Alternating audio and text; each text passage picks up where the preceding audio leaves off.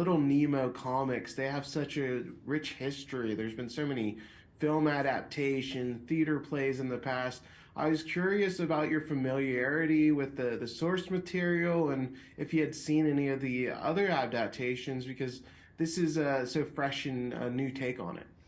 Yeah, I mean, I was actually not aware of the source material until I was handed an early draft of the script for this, and then I kind of went back and I got that big Taschen book. There, I don't know if you've seen that, but there's this big, beautiful Taschen book with I think almost, if not all, of the comic strips that Winsor McKay did.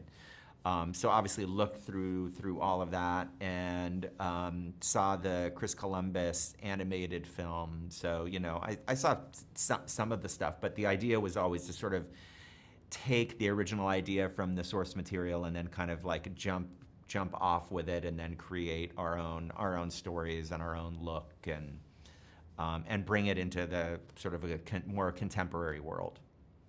Yeah, you do a great job with that. And what really impressed me about the film was just the sense of wonder you're able to instill with just the gorgeous visuals, and there's a childlike imagination to everything. How was it, really sprucing up the adventure with some really out there visuals?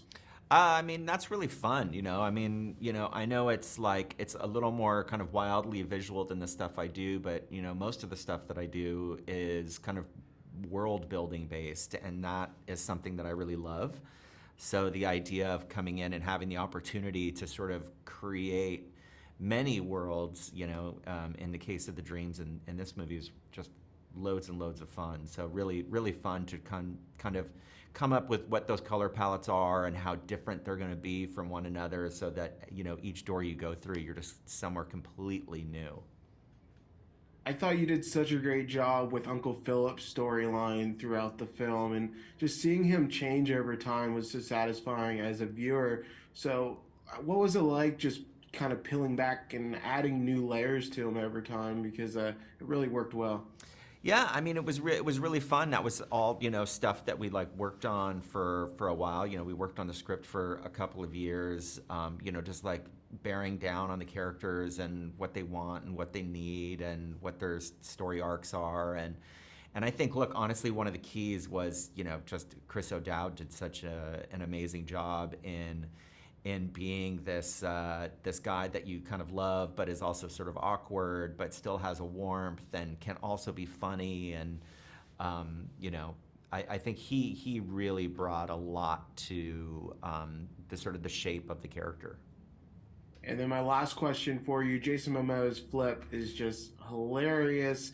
What was it like, putting this really fresh twist on a character that's been around, in some shape or another for over a century?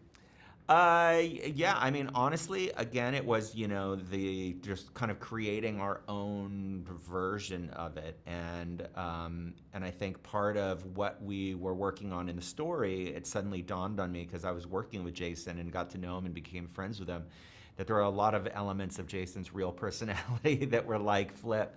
And it would, just be really nice for the world to be able to see him, not just be like a barbarian again in a movie, but see this completely different side to him that's like so lovable and warm and funny and irreverent and mischievous and kind of silly sometimes. And